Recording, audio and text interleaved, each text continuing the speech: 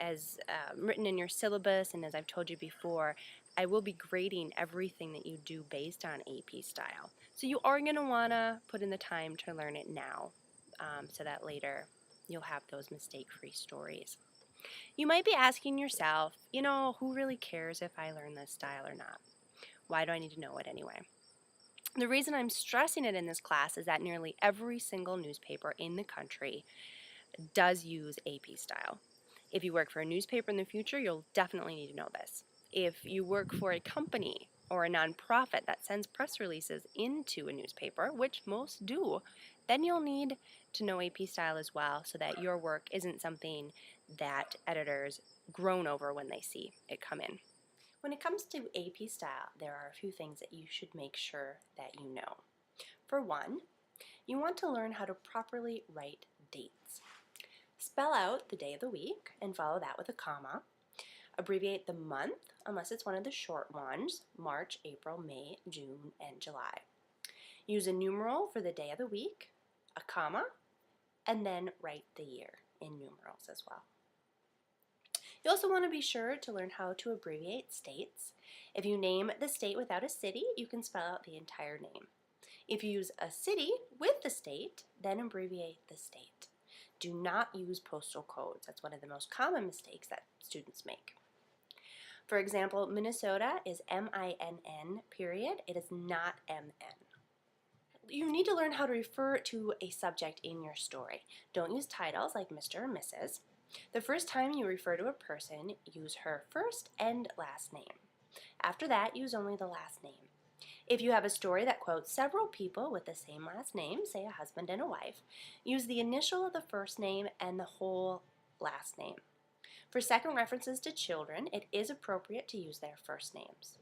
When the title stands alone or comes after a name, they are not capitalized or abbreviated.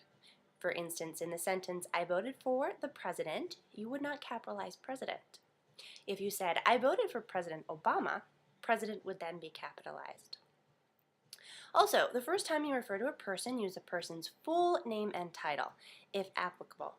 For example, you would say, Anoka Ramsey Community College President Pat Johns, not merely Pat Johns.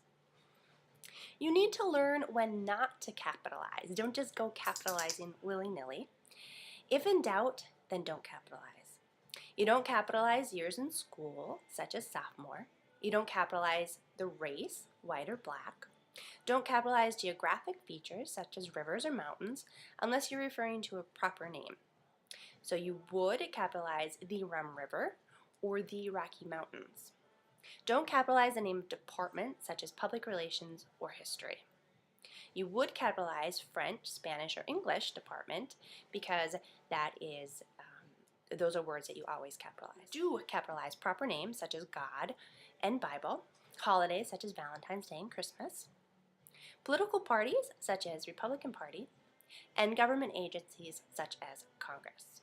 You need to learn how to handle numbers.